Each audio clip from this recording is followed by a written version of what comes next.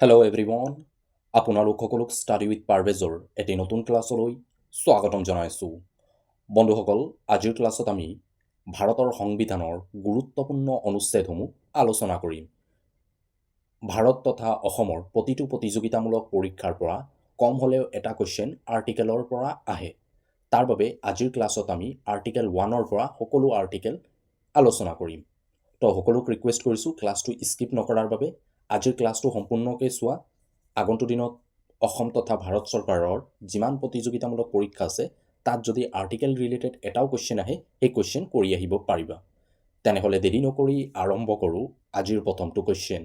আজিৰ প্ৰথমটো কুৱেশ্যন হ'ল, বৰ্তমান ভাৰতৰ সংবিধানত মুঠ কিমানটা অনুচ্ছেদ আছে? অপশ্যন 4টাৰ ভিতৰত উত্তৰ হ'ব অপশ্যন চি, অৰ্থাৎ বৰ্তমান ভাৰতৰ সংবিধানত 448টা আৰ্টিকেল আছে। আৰম্ভণিত ভাৰতৰ সংবিধানত আছিল আৰ্টিকেল 395টা। 395 আৰম্ভণিত আছিল আৰু বৰ্তমানো আমি 395টাই পাওঁ, কিন্তু কিছুমান আৰ্টিকেল সংশোধনৰ ফলত যি আৰ্টিকেলসমূহৰ লগত এ বি আদি জড়িত হৈছে তাৰ বাবে আৰ্টিকেলসমূহ 448লৈ বৃদ্ধি পাইছে। যদি পৰীক্ষাত কুৱেশ্যন আহে ভাৰতৰ সংবিধানত বৰ্তমান অনুসূচী কেইটা আছে, উত্তৰ হ'ব 12টা। আৰম্ভণিত কেইটা আছিল? 8টা। যদি পাৰ্ট বা অধ্যায় কেইটা আছিল বুলি কুৱেশ্যন আহে, উত্তৰ হ'ব আৰম্ভণিত যদি 22টা আছিল পাৰ্ট, বৰ্তমানত 25টা আছে। আমি আৰ্টিকেলৰ লগত পাৰ্ট অনুসূচীসমূহ কৰি যাম, কাৰণ বহুবাৰ এক্সামত কুৱেশ্যন আহিছে কোনটো পাৰ্টত কিহৰ কথা বৰ্ণনা কৰা হৈছে, এক্সামত আহিছে। কুৱেশ্যন নম্বৰ 2, ভাৰতৰ সংবিধানৰ কোনটো অধ্যায়ত ৰাষ্ট্ৰ আৰু ইয়াৰ ভূখণ্ডৰ বিষয়ে বৰ্ণনা কৰা হৈছে? অপশ্যন 4টাৰ ভিতৰত উত্তৰ হ'ব পাৰ্ট 1। ভাৰতৰ সংবিধানৰ পাৰ্ট 1ত ৰাষ্ট্ৰ আৰু ইয়াৰ ভূখণ্ডৰ বিষয়ে বৰ্ণনা কৰা হৈছে। পাৰ্ট 1ৰ আৰ্টিকেল 1ৰ পৰা 4লৈকে ৰাষ্ট্ৰ আৰু ইয়াৰ ভূখণ্ডৰ বিষয়ে বৰ্ণনা কৰা হৈছে। এৰিয়া, কেন্দ্ৰ তথা ৰাষ্ট্ৰৰ যি এৰিয়া আছে, ৰাজ্যৰ যি এৰিয়া আছে, এই এৰিয়াসমূহৰ লগতে সীমা, এইসমূহৰ বিষয়ে ভাৰতৰ সংবিধানৰ আৰ্টিকেল 1ৰ পৰা 4লৈকে বৰ্ণনা কৰা হৈছে। আৰু কোন পাৰ্টত আছে? পাৰ্ট 1ত। ইয়াতে পাৰ্ট 1 কমপ্লিট। পাৰ্ট 2ত যদি আমি চাওঁ, নাগৰিকত্বৰ বিষয়ে বৰ্ণনা কৰা হৈছে। পাৰ্ট 2ত নাগৰিকত্বৰ বিষয়ে বৰ্ণনা কৰা হৈছে। পাৰ্ট 2ৰ আৰ্টিকেল 5ৰ পৰা 11লৈকে নাগৰিকত্বৰ বিষয়ে বৰ্ণনা কৰা হৈছে। তো পাৰ্ট 1 আৰু পাৰ্ট 2 ইয়াত কমপ্লিট হৈছে। আৰ্টিকেল 1ৰ পৰা আৰ্টিকেল 11 আমি কমপ্লিট কৰিলোঁ। নেক্সট কুৱেশ্যন, কুৱেশ্যন নম্বৰ 3, ভাৰতৰ সংবিধানৰ অনুচ্ছেদ 12ৰ পৰা 35লৈ তলৰ কোনটো বিষয়ৰ বৰ্ণনা কৰা হৈছে? অপশ্যন 4টাৰ ভিতৰত উত্তৰ হ'ব মৌলিক অধিকাৰ। ভাৰতৰ সংবিধানৰ আৰ্টিকেল 12ৰ পৰা আৰ্টিকেল 35লৈকে মৌলিক অধিকাৰৰ বিষয়ে বৰ্ণনা কৰা হৈছে। যিহেতু 1ৰ পৰা 11লৈকে আমি আলোচনা কৰিছোঁ, 1ৰ পৰা 4লৈকে ৰাষ্ট্ৰ আৰু ইয়াৰ ভূখণ্ডৰ বিষয়ে বৰ্ণনা কৰা হৈছে, 5ৰ পৰা 11লৈকে নাগৰিকত্বৰ বিষয়ে বৰ্ণনা কৰা হৈছে, 12ৰ পৰা 35লৈকে মৌলিক অধিকাৰৰ বিষয়ে বৰ্ণনা কৰা হৈছে। আৰু যদি কুৱেশ্যন আহে কোনটো পাৰ্টত? পাৰ্ট 3ত। যেহেতু পাৰ্ট 1 পাৰ্ট 2 আমি আলোচনা কৰিলোঁ, পাৰ্ট 3ত মৌলিক অধিকাৰৰ বিষয়ে বৰ্ণনা কৰা হৈছে। ইয়াৰ লগত জড়িত কিছুমান পইণ্ট আছে, এই পইণ্টখিনি চাই লওঁ। ভাৰতৰ সংবিধানৰ পাৰ্ট 3ত আৰ্টিকেল 12ৰ পৰা 35লৈকে মৌলিক অধিকাৰৰ বিষয়ে বৰ্ণনা কৰা হৈছে, যিটো মই কৈ আহিছোঁ। পাৰ্ট 3 মেগনা কাৰ্টা অফ ইণ্ডিয়া বুলি কোৱা হয়। ইম্পৰ্টেণ্ট হয়, বহুবাৰ পৰীক্ষাত কুৱেশ্যন আহিছে, ষ্টাৰ মাৰ্ক কৰি নোট কৰি লোৱা। মৌলিক অধিকাৰৰ ধাৰণাটো ভাৰতে আমেৰিকা যুক্তৰাষ্ট্ৰৰ পৰা ভাৰতৰ সংবিধানত অন্তৰ্ভুক্ত কৰা হৈছিল। এই কুৱেশ্যনটো বহুবাৰ পৰীক্ষাত আহিছে, তাৰ কাৰণে আমি এড কৰিছোঁ। তো সকলোক ৰিকুৱেষ্ট কৰিছোঁ, যি চিৰিয়েলকৈ আমি আৰ্টিকেলসমূহ আলোচনা কৰিছোঁ, পাৰ্ট ৰিলেটেড আলোচনা কৰিছোঁ, এইখিনি নোট কৰি যোৱা। ইম্পৰ্টেণ্ট হ'ব আপোনালোকৰ আগন্তুক দিনত যিমান প্ৰতিযোগিতামূলক পৰীক্ষাত আহিবলগীয়া আছে, কাৰণ বিগত সময়ছোৱাত বহু পৰীক্ষা আহিবলগীয়া আছে। তো সকলোক ৰিকুৱেষ্ট কৰিছোঁ পঢ়াটো এৰি নিদিয়াৰ বাবে নিজৰ প্ৰস্তুতি কৰি থকা। যিহেতু বহুতে ভাবে নটিফিকেশ্যন আহিব তাৰ পাছত আমি পঢ়া ষ্টাৰ্ট কৰিম, যদি এনেকৈ কৰা বহু লেট হৈ যাব। এতিয়াৰ পৰা আৰম্ভণি কৰা। ভাৰতৰ সংবিধানত আৰম্ভণিত 7 প্ৰকাৰ মৌলিক অধিকাৰৰ আছিল। আৰম্ভণিত আমি পাইছোঁ 7 প্ৰকাৰ মৌলিক অধিকাৰ আছিল, যদিও পৰৱৰ্তী সময়ত সম্পত্তিৰ অধিকাৰটো মৌলিক অধিকাৰৰ পৰা উঠাই দিয়া হৈছিল, যাক আৰ্টিকেল 308 লিগেল ৰাইট হিচাপে অন্তৰ্ভুক্ত কৰিছিল। ছেইম পইণ্ট হয়। এই পইণ্টটো এড কৰাৰ মূল কাৰণ আছিল আৰ্টিকেল 308 কিহৰ কথা বৰ্ণনা কৰা হৈছে? সম্পত্তিৰ অধিকাৰক লিগেল ৰাইট হিচাপে অন্তৰ্ভুক্ত কৰা হৈছিল। পৰৱৰ্তী সময়ত যেতিয়া আমি আৰ্টিকেল 300ৰ বিষয়ে আলোচনা কৰিম, তাত এই বিষয়ে আমি বিতংভাৱে আলোচনা কৰিম। কুৱেশ্যন নম্বৰ 4, ভাৰতৰ সংবিধানৰ কোনটো অনুচ্ছেদত সংবিধানৰ প্ৰতিকাৰৰ অধিকাৰৰ বিষয়ে বৰ্ণনা কৰা হৈছে? অপশ্যন 4টাৰ ভিতৰত উত্তৰ হ'ব অপশ্যন ডি, অৰ্থাৎ আৰ্টিকেল 32 সংবিধানৰ প্ৰতিকাৰৰ অধিকাৰৰ বিষয়ে বৰ্ণনা কৰা হৈছে। আৰু এই এক প্ৰকাৰ মৌলিক অধিকাৰ হয়, যি আমাৰ 6 নম্বৰটো মৌলিক অধিকাৰ হয়। এই মৌলিক অধিকাৰ হ'ল সংবিধানৰ প্ৰতিকাৰৰ অধিকাৰ। বাকী আমি 5টা মৌলিক অধিকাৰৰ বিষয়ে জানিব লাগিব আৰু কোন কোনকেইটা আৰ্টিকেলত তাৰ বিষয়ে বৰ্ণনা কৰা হৈছে সেইখিনিও আমি লগতে চাই যাম। মৌলিক অধিকাৰটো সংবিধানৰ পাৰ্ট 3ত বৰ্ণনা কৰা হৈছে। পুনৰ ৰিপিট কৰিছোঁ, পাৰ্ট 3ত মৌলিক অধিকাৰৰ বিষয়ে বৰ্ণনা কৰা হৈছে, আৰ্টিকেল 12ৰ পৰা 35লৈকে। ভাৰতৰ সংবিধানত থকা 6 প্ৰকাৰ মৌলিক অধিকাৰসমূহ হ'ল, বৰ্তমান 6 প্ৰকাৰ আছে। প্ৰথমটো মৌলিক অধিকাৰ হ'ল সমতাৰ অধিকাৰ, ৰাইট টু ইকুৱেলিটি। আৰু এই ৰাইট টু ইকুৱেলিটি আৰ্টিকেল 14ৰ পৰা 18লৈকে বৰ্ণনা কৰা হৈছে। আৰু ইয়াৰ যিখিনি আৰ্টিকেল আছে ভেৰি ভেৰি ইম্পৰ্টেণ্ট হয়। আপোনালোকে যদি পুৰণি কুৱেশ্যন পেপাৰ যিকোনো প্ৰতিযোগিতামূলক পৰীক্ষাত চোৱা, তাৰ ফালৰ পৰা এই যি 4টা আৰ্টিকেল আছে, কম হ'লেও এটা কুৱেশ্যনত এই কুৱেশ্যনটো পাবাই। এই 4টা আৰ্টিকেলৰ ভিতৰত এটা কুৱেশ্যন থাকেই আৰ্টিকেল ৰিলেটেড। যদি আৰ্টিকেল আমি 15 চাওঁ, আৰ্টিকেল 15ত কিহৰ কথা বৰ্ণনা কৰা হৈছে? আৰ্টিকেল 15ত কোৱা হৈছে জাতি, ধৰ্ম, ভাষা, বৰ্ণ নিৰ্বিশেষে সকলোক সম অধিকাৰ প্ৰদান কৰাটো আৰ্টিকেল 15ত বৰ্ণনা কৰা হৈছে। এইটো 16 হ'ব, আৰ্টিকেল 16। আৰ্টিকেল 16ত কোৱা হৈছে ৰাজহুৱা নিয়োগৰ ক্ষেত্ৰত সম অধিকাৰ। যিহেতু কোনো এটা প্ৰতিযোগিতামূলক পৰীক্ষাত যাতে সকলো প্ৰতিদ্বন্দ্বিতা কৰিব পাৰে, তাৰ বাবে সকলোক সম অধিকাৰ, এইটো আৰ্টিকেল 16ত বৰ্ণনা কৰা হৈছে। আৰ্টিকেল 17ত অস্পৃশ্যতা বৰ্জন, অস্পৃশ্যতা দূৰীকৰণ বা অস্পৃশ্যতা বৰ্জন, আৰ্টিকেল 17ত বৰ্ণনা কৰা হৈছে। ইম্পৰ্টেণ্ট কুৱেশ্যন হয়, ADRE প্ৰিভিয়াছ ইয়াৰত এই কুৱেশ্যনটো আহিছে।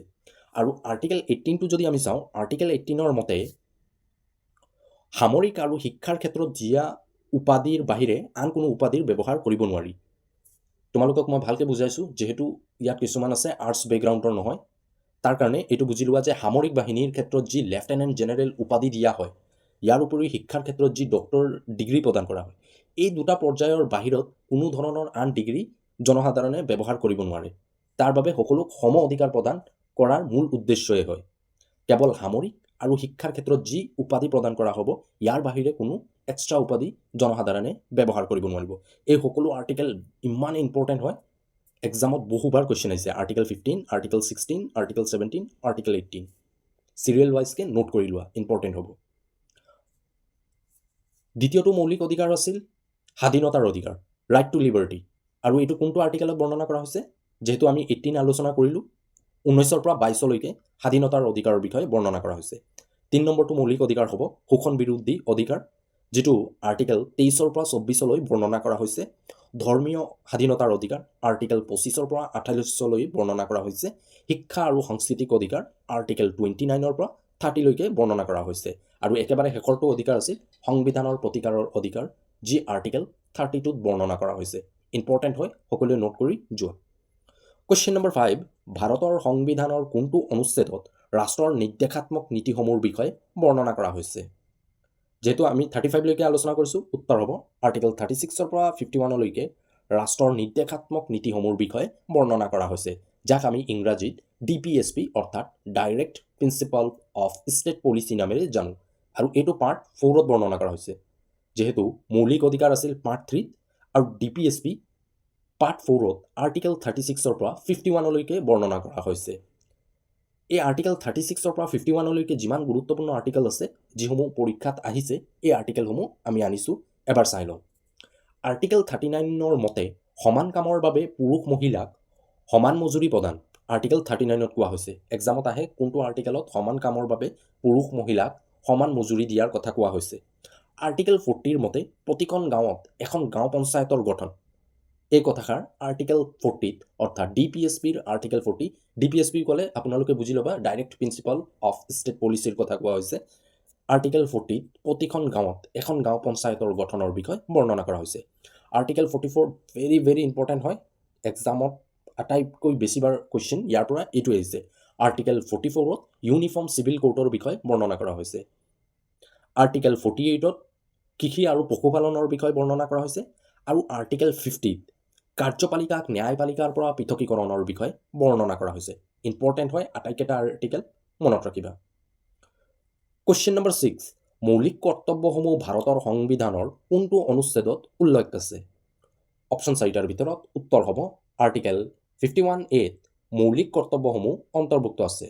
যেহেতু ভাৰতৰ সংবিধানত আৰম্ভণিত মৌলিক কৰ্তব্য নাছিল, মৌলিক কৰ্তব্যক 42 এমেণ্ডমেণ্টৰ ভিত্তিত অন্তৰ্ভুক্ত কৰা হৈছিল, যাৰ বাবে ভাৰতৰ সংবিধানত এক প্ৰকাৰ মৌলিক কৰ্তব্যক অন্তৰ্ভুক্ত কৰা হৈছিল। যেহেতু 51 আৰ্টিকেল আছিল, মই আৰম্ভণিতে কৈছিলোঁ যি 395টা আৰ্টিকেল আছে সেইটো বৰ্তমান সময়তো আছে। কিছুমান আৰ্টিকেল এড হৈ কিনে সেই আৰ্টিকেলটো বৰ্তমান 448 হৈছে। এক্সাম্পল ইয়াতে চাই লোৱা, 51 আৰ্টিকেলত আমি DPSPৰ কথা কৈছিলোঁ, এতিয়া 51A এটা লগাই দিয়া হৈছে, তাৰ বাবে এটা আৰ্টিকেল বৃদ্ধি পাইছে। আৰু এই 51A কিহৰ কথা বৰ্ণনা কৰা হৈছে? মৌলিক কৰ্তব্যৰ বিষয়ে বৰ্ণনা কৰা হৈছে। কুৱেশ্যন নম্বৰ 7, ভাৰতৰ সংবিধানৰ কোনটো অনুচ্ছেদত ৰাষ্ট্ৰপতিৰ বিষয়ে বৰ্ণনা কৰা হৈছে? অপশ্যন 4টাৰ ভিতৰত উত্তৰ হ'ব অনুচ্ছেদ 52ত ৰাষ্ট্ৰপতিৰ বিষয়ে বৰ্ণনা কৰা হৈছে। ৰাষ্ট্ৰপতিৰ বিষয়ে আৰ্টিকেল 52ৰ পৰা 61লৈকে বৰ্ণনা কৰা হৈছে আৰু এই 52ৰ পৰা 61লৈকে যিমান গুৰুত্বপূৰ্ণ আৰ্টিকেল আছে সেই আৰ্টিকেলসমূহ আমি মনত ৰাখিব লাগিব, কাৰণ ইয়াৰ পৰা কুৱেশ্যন আহে। আৰ্টিকেল 54ত ৰাষ্ট্ৰপতিৰ নিৰ্বাচনৰ বিষয়ে বৰ্ণনা কৰা হৈছে। আমি জানো যে ৰাষ্ট্ৰপতিৰ নিৰ্বাচন এটা পৰোক্ষ পদ্ধতিৰ ভিত্তিত কৰা হয়। যদি আমি চাওঁ লোকসভা, ৰাজ্যিক বিধানসভা, পৌৰসভা, গাঁও পঞ্চায়ত আহি আছে ইলেকশ্যন, এইখিনি নিৰ্বাচন প্ৰত্যক্ষ পদ্ধতিৰ ভিত্তিত কৰা হয়। কিন্তু ভাৰতৰ ৰাষ্ট্ৰপতিৰ নিৰ্বাচন প্ৰত্যক্ষ পদ্ধতিৰ কৰা নহয়, তাৰ বাবে এই নিৰ্বাচন পৰোক্ষ পদ্ধতিৰ ভিত্তিত কৰা হয়। আজিৰ ক্লাছটো অলপ দীঘল হ'ব পাৰে, যদি আজিৰ ক্লাছটো চোৱা আৰ্টিকেল ৰিলেটেড সকলো কুৱেশ্যন আপোনালোকে কৰি আহিব পাৰিবা। তো সকলোক ৰিকুৱেষ্ট কৰিছোঁ আজিৰ ক্লাছৰ শেষলৈকে থকাৰ বাবে। আৰ্টিকেল 56ত ৰাষ্ট্ৰপতিৰ কাৰ্যকালৰ বিষয়ে বৰ্ণনা কৰা হৈছে। ইম্পৰ্টেণ্ট হয়, এক্সামত আহিব পাৰে কোনটো আৰ্টিকেলত ৰাষ্ট্ৰপতিৰ কাৰ্যকালৰ বিষয়ে বৰ্ণনা কৰা হৈছে। আৰ্টিকেল 57 চনত ৰাষ্ট্ৰপতিৰ পুনৰ নিৰ্বাচন। যদি আমি চাওঁ কিছুমান দেশত এজন ৰাষ্ট্ৰপতি এবাৰ ৰাষ্ট্ৰপতি হোৱাৰ পাছত তেওঁ পুনৰ আৰু ৰাষ্ট্ৰপতি হ'ব নোৱাৰে, কিন্তু ভাৰতৰ ৰাষ্ট্ৰপতি এজন যদি বৰ্তমান ৰাষ্ট্ৰপতি হৈছে তেওঁ বাৰে প্ৰতি যদি নিৰ্বাচনত প্ৰতিদ্বন্দ্বিতা কৰে আৰু তাত জয়লাভ কৰে, তেওঁ ভাৰতৰ ৰাষ্ট্ৰপতি হিচাপে নিজৰ কাৰ্যকাল চলাই থাকিব পাৰে, তাত কোনো বাধা নাই। কিন্তু কিছুমান ৰাষ্ট্ৰসমূহত এজন ৰাষ্ট্ৰপতি দুবাৰতকৈ বেছি ৰাষ্ট্ৰপতি হ'ব নোৱাৰে। উদাহৰণ হিচাপে আমি আমেৰিকাক ল'ব পাৰি, কিন্তু ভাৰতৰ ক্ষেত্ৰত এনেধৰণৰ কোনো বাধা নাই। এই বিষয়ে আৰ্টিকেল 57ত উল্লেখ আছে। আৰ্টিকেল 60 কিহৰ কথা কোৱা হৈছে? আৰ্টিকেল 60ত ৰাষ্ট্ৰপতিৰ শপত গ্ৰহণৰ বিষয়ে বৰ্ণনা কৰা হৈছে। ভাৰতৰ ৰাষ্ট্ৰপতিক শপত বাক্য কোনে পাঠ কৰোৱায়? উচ্চতম ন্যায়ালয়ৰ মুখ্য ন্যায়াধীশে ভাৰতৰ ৰাষ্ট্ৰপতিক শপত বাক্য পাঠ কৰোৱাব আৰু এই বিষয়ে আৰ্টিকেল 60ত আছে। আৰ্টিকেল 61ত কিহৰ কথা বৰ্ণনা কৰা হৈছে? আৰ্টিকেল 61ত কোৱা হৈছে ৰাষ্ট্ৰপতিৰ মহা অভিযোগ। ৰাষ্ট্ৰপতিৰ মহা অভিযোগ উত্থাপন হোৱাৰ লগে লগে ৰাষ্ট্ৰপতি আৰু এই মহা অভিযোগ যদি প্ৰমাণিত হয় তেনে ক্ষেত্ৰত ভাৰতৰ ৰাষ্ট্ৰপতি পদত্যাগ কৰাব লাগিব। যেহেতু ৰাষ্ট্ৰপতি আটাইতকৈ উচ্চ পদস্থ ব্যক্তি, তাৰ বাবে তেওঁক অপসাৰণৰ পদ্ধতিটো মহা অভিযোগৰ ভিত্তিত কৰা হয়। নেক্সট কুৱেশ্যন নম্বৰ 8, ভাৰতৰ সংবিধানৰ কোনটো অনুচ্ছেদত উপৰাষ্ট্ৰপতিৰ বিষয়ে বৰ্ণনা কৰা হৈছে? অপশ্যন 4টাৰ ভিতৰত উত্তৰ হ'ব 63। আৰ্টিকেল 63ত উপৰাষ্ট্ৰপতিৰ বিষয়ে বৰ্ণনা কৰা হৈছে। আৰু এইখিনি যদি আমি চাওঁ ৰাষ্ট্ৰপতি, উপৰাষ্ট্ৰপতি এই সকলোৰ বিষয়ে পাৰ্ট 5ত বৰ্ণনা কৰা হৈছে। পাৰ্ট 4ত আমি পাইছিলোঁ, যেহেতু আমি পাই আহিছিলোঁ ৰাষ্ট্ৰপতিক পাৰ্ট 5ত বৰ্ণনা কৰা হৈছে, সেইদৰে উপৰাষ্ট্ৰপতিৰ বিষয়েও পাৰ্ট 5ত বৰ্ণনা কৰা হৈছে। পাৰ্ট 5টো এটা দীঘল পাৰ্ট হয়। তাত যদি আমি চাওঁ ৰাষ্ট্ৰপতি, উপৰাষ্ট্ৰপতি, প্ৰধানমন্ত্ৰী, লোকসভা, ৰাজ্যসভা আৰু উচ্চতম ন্যায়ালয় এই সকলো বিষয়ে পাৰ্ট 5ত বৰ্ণনা কৰা হৈছে। তো পাৰ্ট 5টো এটা ডাঙৰ হয়, তো মনত ৰাখিবা এই একেটা পাৰ্টতে সকলোৰ বিষয়ে বৰ্ণনা কৰা হৈছে। পাৰ্ট 5ত আৰ্টিকেল 63 উপৰাষ্ট্ৰপতিৰ বিষয়ে বৰ্ণনা কৰা হৈছে। কুৱেশ্যন নম্বৰ 9, ভাৰতৰ প্ৰধানমন্ত্ৰীৰ বিষয়ে সংবিধানৰ কোনটো অনুচ্ছেদত উল্লেখ আছে? অপশ্যন 4টাৰ ভিতৰত উত্তৰ হ'ব আৰ্টিকেল 74ত প্ৰধানমন্ত্ৰীৰ বিষয়ে বৰ্ণনা কৰা হৈছে আৰু এই পাৰ্ট 5তে আছে। প্ৰধানমন্ত্ৰীৰ বিষয়েও পাৰ্ট 5ত বৰ্ণনা কৰা হৈছে। আৰ্টিকেল 74ৰ মতে ভাৰতৰ ৰাষ্ট্ৰপতিক সহায় কৰাৰ বাবে প্ৰধানমন্ত্ৰী আৰু মন্ত্ৰী পৰিষদৰ সদস্যৰ বিষয়ে বৰ্ণনা কৰা হৈছে। ভাৰতৰ ৰাষ্ট্ৰপতিক কাম কাজৰ সহায়ৰ বাবে প্ৰধানমন্ত্ৰী আৰু মন্ত্ৰী পৰিষদৰ গঠন কৰা হ'ব বুলি এই বিষয়ে আৰ্টিকেল 74ত বৰ্ণনা কৰা হৈছে। আৰ্টিকেল 75ৰ মতে প্ৰধানমন্ত্ৰীৰ পৰামৰ্শৰ ভিত্তিত ভাৰতৰ ৰাষ্ট্ৰপতিয়ে আন মন্ত্ৰী পৰিষদৰ নেতাসকলক নিয়োগ কৰে। এক্সাম্পল হিচাপে যদি আমি চাওঁ, বৰ্তমান যদি লোকসভাৰ নিৰ্বাচনত ভাৰতৰ প্ৰধানমন্ত্ৰী হিচাপে নৰেন্দ্ৰ মোদী নিৰ্বাচিত হৈছে আৰু তেওঁ পৰামৰ্শ দিব ভাৰতৰ ৰাষ্ট্ৰপতি দ্ৰৌপদী মুৰ্মুক, আৰু তেওঁৰ পৰামৰ্শৰ ভিত্তিত তেওঁ মন্ত্ৰী পৰিষদৰ আন সদস্যসকলক নিয়োগ কৰিব।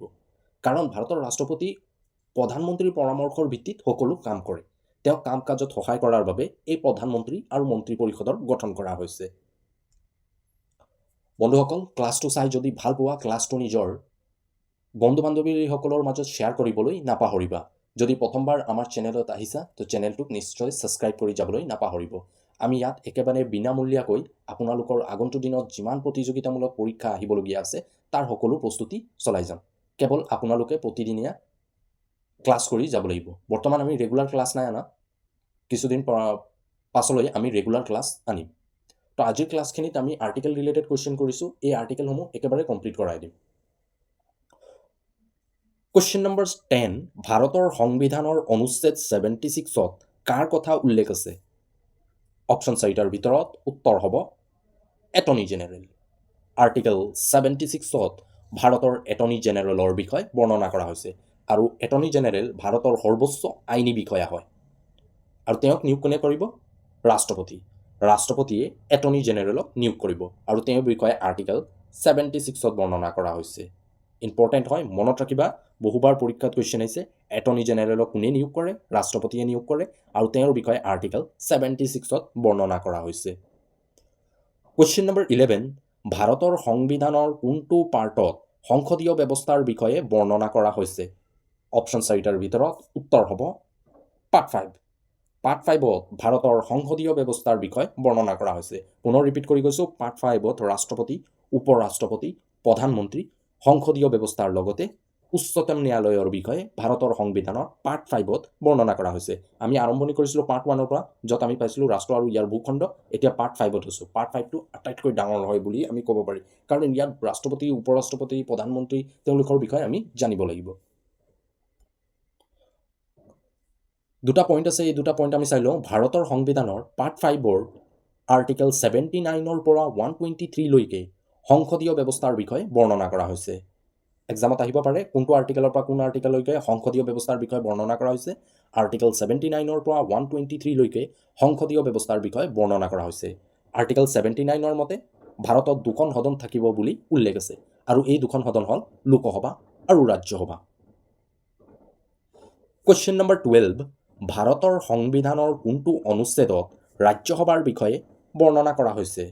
অপশ্যন 4টাৰ ভিতৰত উত্তৰ হ'ব আৰ্টিকেল 80ত ৰাজ্যসভাৰ বিষয়ে বৰ্ণনা কৰা হৈছে। নেক্সট কুৱেশ্যন, পইণ্টখিনি চাই লওঁ আমি।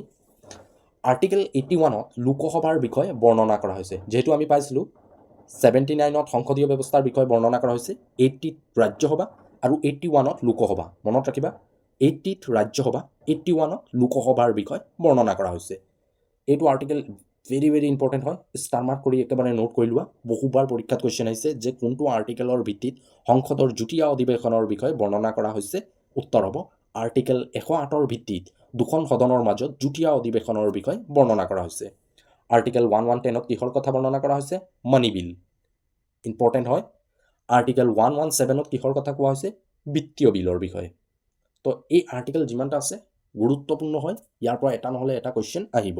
আৰ্টিকেল 81ত লোকসভা, 108ত সংসদীয় যুটীয়া অধিৱেশন, অনুচ্ছেদ 108ত মানি বিল আৰু 117ত বিত্তীয় বিল। এতিয়া বহুতে আমাক কুৱেশ্যন কৰিব যে ইমান আৰ্টিকেল আমি মনত কেনেকৈ ৰাখিম?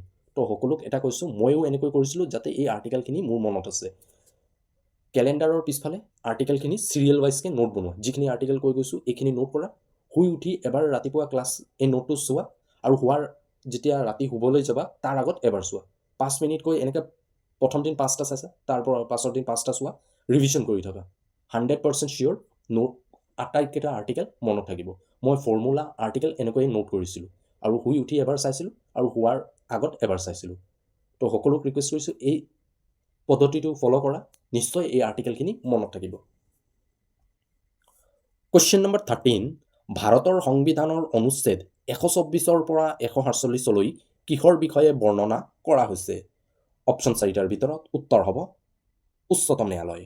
ভাৰতৰ সংবিধানৰ আৰ্টিকেল 124 পৰা 148লৈকে উচ্চতম ন্যায়ালয়ৰ গঠন ক্ষমতা আৰু কাৰ্যৱলীৰ বিষয়ে বৰ্ণনা কৰা হৈছে আৰু এই বিষয়টো পাৰ্ট 5ত আছে। পাৰ্ট 5ৰ আৰ্টিকেল 124ৰ পৰা 147লৈকে বৰ্ণনা কৰা হৈছে।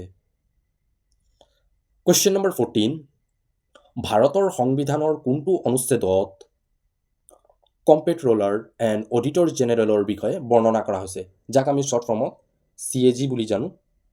তো পৰীক্ষাত বহুবাৰ কুৱেশ্যন আহে CAGৰ বিষয়ে ভাৰতৰ সংবিধানত কোনটো আৰ্টিকেলত বৰ্ণনা কৰা হৈছে? উত্তৰ হ'ব আৰ্টিকেল 148। যিহেতু উচ্চতম ন্যায়ালয়ৰ বিষয়ে আমি 147লৈকে জানো, তো 148ৰ পৰা আমি CAGৰ বিষয়ে জানিব পাৰোঁ। CAGৰ গঠন ক্ষমতা কাৰ্যৱলীৰ বিষয়ে আৰ্টিকেল 148ত উল্লেখ আছে। কুৱেশ্যন নম্বৰ 14 ভাৰতৰ সংবিধানৰ কোনটো অনুচ্ছেদত ৰাজ্যপালৰ বিষয়ে বৰ্ণনা কৰা হৈছে? ইয়াৰ পৰা পাৰ্ট 6ৰ আৰম্ভণি হ'ব। যিহেতু আমি ইতিমধ্যে পাৰ্ট 5ৰ আলোচনা কৰিছোঁ, পাৰ্ট 6ত বিশেষকৈ আমি চাব লাগিব ৰাজ্যপাল, মুখ্যমন্ত্ৰী, ৰাজ্যিক বিধানসভা, বিধান পৰিষদ, উচ্চ ন্যায়ালয়। আৰ্টিকেল 153ত ৰাজ্যপালৰ বিষয়ে বৰ্ণনা কৰা হৈছে। পাৰ্ট 6ৰ আৰ্টিকেল 153ত ৰাজ্যপালৰ বিষয়ে বৰ্ণনা কৰা হৈছে। কুৱেশ্যন নম্বৰ 15 ভাৰতৰ সংবিধানৰ কোনটো অনুচ্ছেদৰ ভিত্তিত ভাৰতৰ ৰাষ্ট্ৰপতিয়ে ৰাজ্যপালক নিয়োগ কৰে? ইম্পৰ্টেণ্ট কুৱেশ্যন হয়। উত্তৰ হ'ব আৰ্টিকেল 155। আৰ্টিকেল 155ৰ ভিত্তিত ভাৰতৰ ৰাষ্ট্ৰপতিয়ে ৰাজ্যপালক নিয়োগ কৰে। আৰু এইটো বিষয় সংবিধানৰ পাৰ্ট 6, যিহেতু মই আগত কৈয়ে আহিছোঁ, পাৰ্ট 6ত ৰাজ্যপালৰ বিষয়ে বৰ্ণনা কৰা হৈছে। কুৱেশ্যন নম্বৰ 16 ভাৰতৰ সংবিধানৰ অনুচ্ছেদ 164ত তলৰ কোনটো বিষয়ৰ বৰ্ণনা কৰা হৈছে? অপশ্যন 4টাৰ ভিতৰত উত্তৰ হ'ব মুখ্যমন্ত্ৰী। সংবিধানৰ আৰ্টিকেল 164ত মুখ্যমন্ত্ৰীৰ বিষয়ে বৰ্ণনা কৰা হৈছে আৰু এই বিষয়টো পাৰ্ট 6ত আছে।